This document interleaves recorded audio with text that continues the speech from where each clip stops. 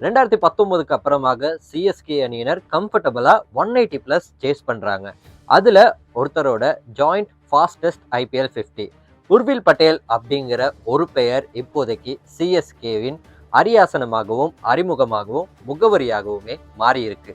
நாம தான் வந்தாச்சு, மும்பை போயாச்சு, வந்தாச்சு.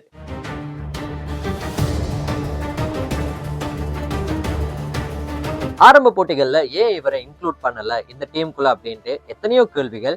அந்த கேள்விகள் எல்லாமே நியாயமானதுதான் அப்படிங்கிற மாதிரியாக தான் அவரோட பெர்ஃபார்மன்ஸ் அமைந்திருந்தது. ஒரு அப்பா தன்னோட கனவை தன்னோட மகன் மூலமாக நனவாக்குற ஒரு பயணம் தான் உர்வில் பட்டேலோட பயணமாகவும் இருந்திருக்கு.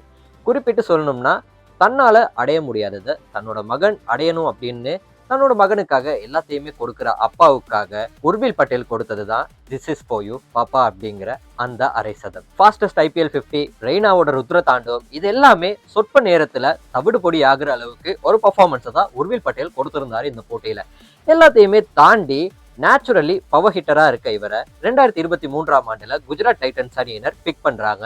ஆனா அவருக்கு விளையாடுறதுக்கான வாய்ப்பு கிடைக்காம போகுது.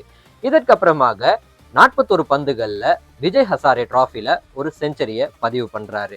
அதுக்கப்புறமும் கூட 2024-25ல அன்சோல்டா தான் போறாரு. அதற்கு அப்புறமாகவே 28 பந்துகள்ல அசாத்தியமாக ஒரு சதத்தை விளாசுறாரு. இது T20 கிரிக்கெட்ல 2வது அதிவேக சதம். அபிஷேக் சர்மாவோட இணைகிறாரு இந்த சாதனைக்கு சொந்தக்காரராக. எல்லாத்தையுமே தாண்டி மிட் சீசன் 2025ல இவருக்கு அழைப்பு வருது RCB மற்றும் CSK கிட்ட இருந்து, எங்க டீமுக்கு வாங்கன்ட்டு. தன்னோட ஐடல் தோனி அப்படிங்கிறதுனால நான் CSKக்கு தான் போவேன் அப்படின்ட்டு ஒரு முடிவு எடுக்கிறாரு உர்வில் பட்டேல். அதே மாதிரியாக தோனியின் தலைமையின் கீழே இவர் அறிமுகமும் ஆகுறாரு IPLல. இதற்கு பிறகு இவர் ஆடின எல்லா இன்னிங்ஸுமே இப்போ வரைக்குமே 200+ ஸ்ட்ரைக் ரேட்டோடு தான் நின்றுட்டு இருக்காரு. இவரோட சேவை CSKக்கு இன்னுமே தேவை.